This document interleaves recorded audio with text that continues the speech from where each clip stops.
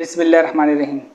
नून league के एक रहनुमा ने नून लीग की लंका ढा दी है और बड़े जो है ना तहलकेखेज़ इंकशाफात किए हैं और जो है ना बताया है कि किस तरीके से जो है ना इमरान खान की हुकूमत को जो है गिराया गया और कौन कौन उसमें मुलव्विस था।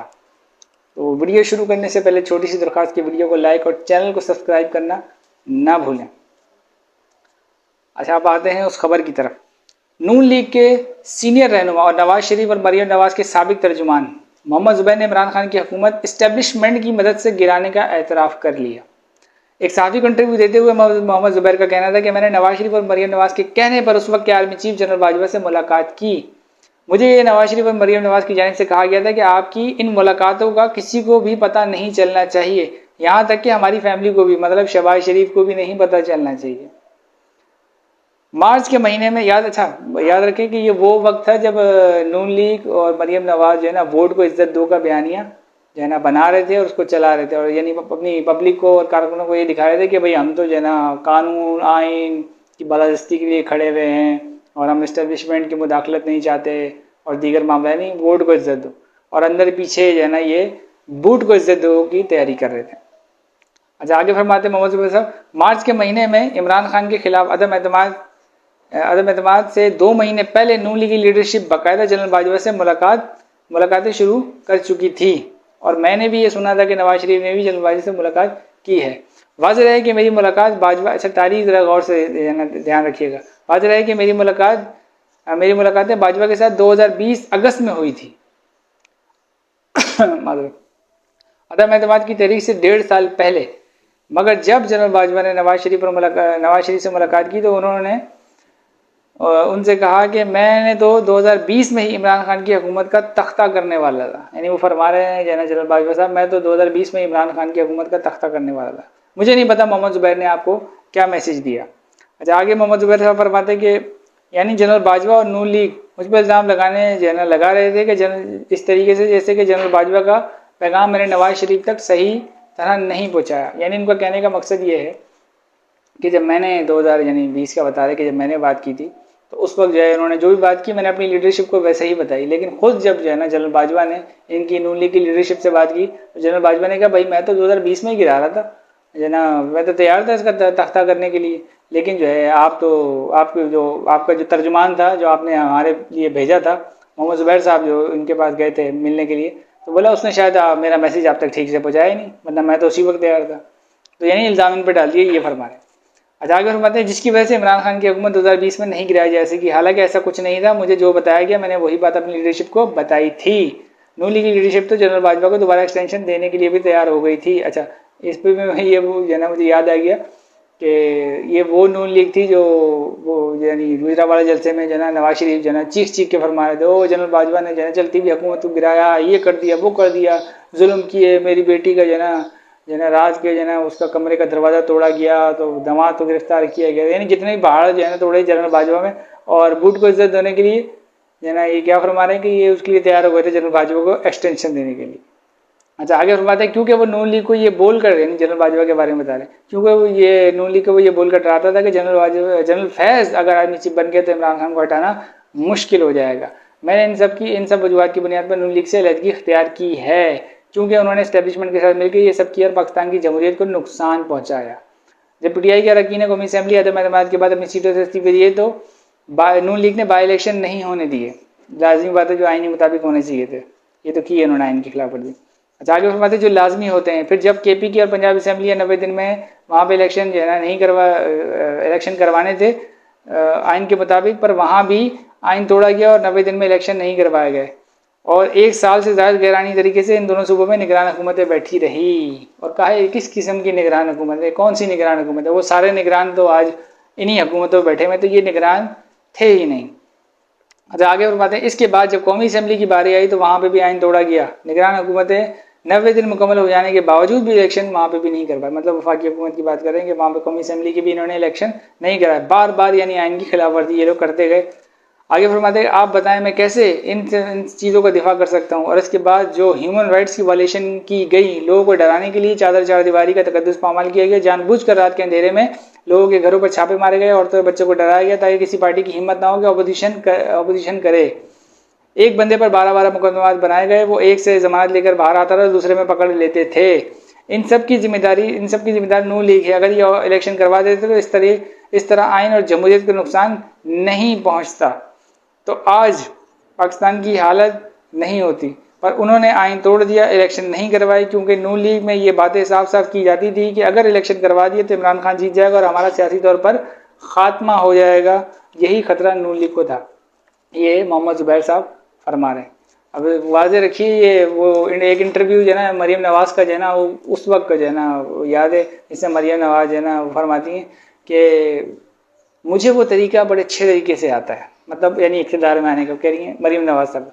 मुझे उन्हीं के अल्फाज बता रहा हूँ, मुझे वो तरीका जो है ना बड़े अच्छे से जो है ना आता है। उसमें सिर्फ जो है ना आपको जो है ना अपनी जो है ना सेल्फ रिस्पेक्ट जो है ना कुर्बान करनी पड़ती है, ठीक है। आपको जो है ना यानी जी हुजूरी करनी पड़ती है और आपको जूते पॉलिश करने पड़ते हैं, जूते साफ करने पड़ते हैं। तो मरीम नवाज आगे फरमाती है मुझे ये तरीका अच्छे से आता है, बहुत अच्छे से आता है, ठीक है। लेकिन उस वक्त ये नहीं इस तरीके का जो है ना ये अपना बयानिया बनाने की कोशिश करती थी, लेकिन मैं ऐसा करूँगी नहीं। लेकिन जो है ना अब की सूरत हाल देखें तो आपको पता चल जाएगा वो जो इनको तरीका आता था ना, फिर इन्होंने यूटिलाइज कर लिया उसको, और आज वो वज़ीर आला पंजाब है। तरीका तो ज़ाहिर बात है उनको आता है, इसमें कोई शक नहीं है। तभी तो उनके ही बकौल के उन्होंने कहा था मुझे बड़े अच्छे तरीके से आता है, मैं ये काम कर सकती हूँ, लेकिन मैं करूँगी नहीं। उन्होंने इस तरीके का शौक बयानिया बनाया था, तो बाद में वो जो है ना फिर वो यूटिलाइज किया और देखें आज वो बैठी नहीं। अच्छा, अगली खबर है बानी तहरीक इंसाफ। बानी तहरीक इंसाफ इमरान खान ने जेल में साथियों से गैरतनी गुफ्तगू के दौरान कहा है कि हसास इदारों के अफराद का जेल में क्या काम है। मैंने अपने वकीलों को कहा है कि इनके खिलाफ पटिशन फाइल करें। जेल सुपरिटेंडेंट मेरी जेल में होने वाली मुलाकातें और मीटिंग्स को कैंसिल करता है। इमरान खान का मजीद कहना था कि हुकूमती वजीर ने बयान दिया है कि मुझे 5 साल जेल में रखा जाएगा। ये एहसन इकबाल की बात करें, उन्होंने ऐसी बात की थी। हालांकि ये अदालतों का काम है कि ये जेल में कितने दिन को रखा जाएगा, 100 साल रखा जाएगा, 2 साल रखा जाएगा। गिल्टी हैं तो बिल्कुल इनको जेल में रखा जाएगा, कि नहीं गिल्टी हैं तो इनको एक दिन भी जेल में नहीं रखना चाहिए। ये असूली बात है। लेकिन हुकूमत के जो वजीर है एहसन इकबाल, इन्होंने पता नहीं किस कैपेसिटी में ये बात कर दी है कि इनको जो है 5 साल जेल में रखा जाएगा। ऐसे फिर साहब फिर इस तरीके की फिर बात निकलेंगी ना कि भाई फिर आप यानी सब इन सब चीज़ों के पीछे आप है ना, मतलब आप इंतकामी सियासत जो है ना फिर कर रहे हैं ना, फिर इस तरीके की बातें फिर बनेगी वही है ना तौर पर। अच्छा, आगे बात है कि हमारी KPK में हुकूमत है, वहाँ कोई सियासी मुकदमा किसी पर नहीं बनाया गया, मगर पंजाब में हमारे खिलाफ मुकदमा बनाए गए। बिल्कुल, जुमे के रोज़ जो है इन्होंने अपनी एक एहतजाजी रैली एक दिन पहले ही ऐलान किया था कि हम जो है ना कल जुमे के रोज़ जो है ना वो करेंगे, एहतजाज करेंगे। और उस एहतजाज से जो है ना जब इन्होंने ऐलान कर दिया उसके बाद पूरे पंजाब में जो है ना इन्होंने 144 लगा दी, यानी दफ़ा 144, ताकि जो है ना इनके लोग फिर जब रैलियाँ वाले निकले तो उन पर नए मुकदमा कायम कर सकें। तो साफ पता चल रहा है कि पंजाब हुकूमत की यानी नीयत क्या है। अच्छा, आगे जो है फरमाता है कि हमें जलसों की भी इजाज़त नहीं है, मेरी मुलाकातों में भी रुकावटें डाली जाती हैं, जबकि नवाज शरीफ जेल में तो रोज़ाना 40-40 लोगों से मुलाकातें करता था। अच्छा, ये कि आगे फरमाता है हुकूमत कहती है कि हमारे पास रिलीफ के लिए जो है पैसा नहीं है, मगर मरीम नवाज की तशहीर पर अरबों रुपये खर्च किए जा रहे हैं। वफाकी हुकूमत ने खैबर पख्तूनख्वा की बिजली को फरामी की यकीन दहानी की भी खिलाफ वर्जी की है। KPK में 22 घंटे की बिजली की लोड शेडिंग की जा रही है। लोग शदीद गर्मी में अपना जो है ना क्या बोलते हैं मुश्किल वक्त गुजार रहे हैं। ये गैर में रस्मी टाइप की जो इस तरह की गुफ्तगू थी उनकी। तो आगे फरमाते हैं कि जो है मेरे एक छोटे से जो है मैं सेल में जो मेरा पंखा जो है वो बंद हो जाता है, तो वो जो मेरा सेल है वो जो है ना वो तंदूर बन जाता है। तो सोचें कि जो है ना 22 घंटे की जो है ना जो लोड शेडिंग करे तो KPK वालों का क्या हाल होगा। तो ये जो है उन्होंने अपने यानी इस चीज़ की यानी मिसाल दे के बताया कि वहाँ पर इतनी तवील लोड शेडिंग की जा रही है। अच्छा, जो एक साफ़ी यानी जो है नाम उनका मंसूर अली खान साहब, वो भी यानी वो इस मामले में जो है ना थोड़ा सा अक्सर वो बोलते रहते हैं। तो वो कंप्लीट बात जो है ना वो जो है ना इस मुकम्मल वो नहीं करते कि अभी भी जब उन्होंने इस मामले पे, क्योंकि वो गिरिडीह स्टेशन पे चले गए थे, वो जो वहाँ के वज़ीर आला अली अमीन गंडापुर साहब, गिरिडीह स्टेशन जाके उन्होंने बटन ऑन कर दिया तो वो बिजली की सप्लाई जो लोड शेडिंग में बंद की हुई थी वो ऑन कर दी थी। तो उस पर इन्होंने कहा कि अली अमीन गंडापुर साहब जो हैं वो साफ़ी जो हैं मंसूर अली खान साहब कि ये जो है ना सुल्तान भाई बने हुए हैं और ये जो है ना गंडासा लेके मैं यूँ कर दूंगा तो इंज कर देंगे बंज कर देंगे, तो इनको ऐसा नहीं करना चाहिए। मेरी भी यही राय है कि जो है ना ये सब वज़ीर आला का काम नहीं है इस तरीके से जो है ना। लेकिन असूल की जो बात होती है वो यानी दोनों तरीके से जो है ना वो जो मामलात है वो दोनों तरीके के बताने चाहिए, ठीक है ना। एक्शन ये था, रिएक्शन ये था, दोनों चीज़ें बतानी चाहिए। लेकिन मंसूर अली खान साहब जो आधी बात करते हैं, आधी बात ऐसे कि एक मिसाल के तौर पर आपको ये बताऊँ कि जैसे एक पुलिस वाला है, उसने जो है ना किसी जो है ना मजलूम को एक थप्पड़ मार दिया, उसने जो है ना एहतराम में जो है ना थप्पड़ खा लिया कि भाई ये तो वर्दी वाला है, इसके खिलाफ कार्रवाई नहीं हो सकती। उसने फिर उसको थप्पड़ मार दिया, दूसरा वो फिर चुप रहा, उसने फिर उसको तीसरा थप्पड़ मारा, वो फिर सर झुका के चुप रहा। फिर जब चौथा थप्पड़ मारा तो उसने फिर गरीब ने पुलिस वाले गिरबान पकड़ लिया। तो फिर मंसूर अली खान जो है ना, यानी इस तरीके के जो सहाफ़ी होते हैं, फिर वो बोले ये देखा, ये जो ना क्या बोलते हैं, ये कौन सा तरीका है कि जो ना आपने जो ना कानून नाफिज करने वाले शख्स का जो ना गिरबान पकड़ लिया। इसको कहते हैं आधी खबर, यानी बैकग्राउंड नहीं बताया कि ये सब हो क्यों रहा है, 3 थप्पड़ पड़ने के बाद उसने यहाँ से पकड़ा। तो इसी तरीके से जो है ना मुकम्मल खबर दें कि भाई वफाक ने जो उनके फंड्स रोके हुए हैं और वहाँ पर इतनी लानी है जो ना, बिजली वो सुबह पैदा करता है, डैम वहाँ पर हैं, ठीक है, और उन्हीं के साथ ये हो रहा है, लाइन लॉसेज या जो भी हैं। आपने यानी बिजली इतनी महंगी कर दी है कि लोगों का यानी वैसी उनकी ना हालत जो है वो ख़राब हो गई है।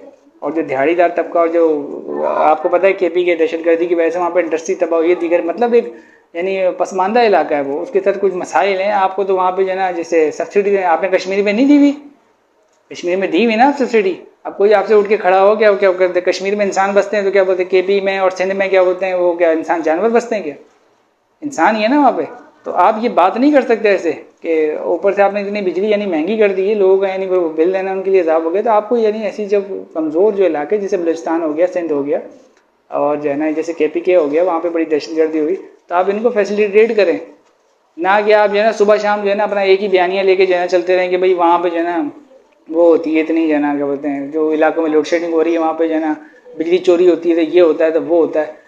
जब आप बिजली क्या बोलते हैं 5 रुपये से जो है ना 5 लाख रुपए का, एक मिसाल दे रहा हूँ, 5 लाख का यूनिट कर देंगे, फिर बोलेंगे इस चीज़ को खरीदे, तो बंदा कैसे खरीदेगा, और ये बुनियादी ज़रूरत भी है।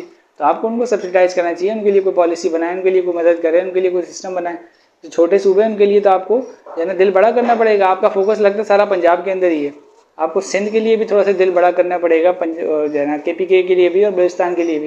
ये पसमानदा इलाके, ज़्यादातर पसमानदा इलाकों में जो है ना बलूचिस्तान आता है, उसके बाद KPK आता है, उसके बाद सिंध आता है। पंजाब तो पसमानदा इलाका है नहीं, उसके कुछ जो है ना हैंगी कुछ जो है ना इलाके पंजाब के अंदर, वो थोड़े से पसमानदा है।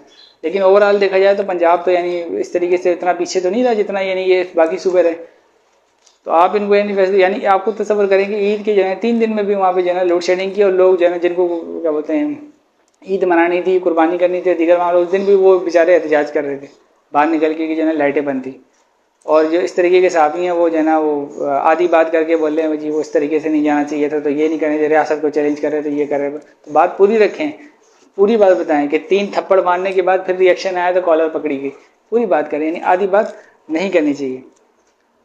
बहरहाल ये थी आज की खबरें, मिलते हैं अगली नेक्स्ट वीडियो में, तब तक के लिए अल्लाह हाफिज़। पाकिस्तान जिंदाबाद।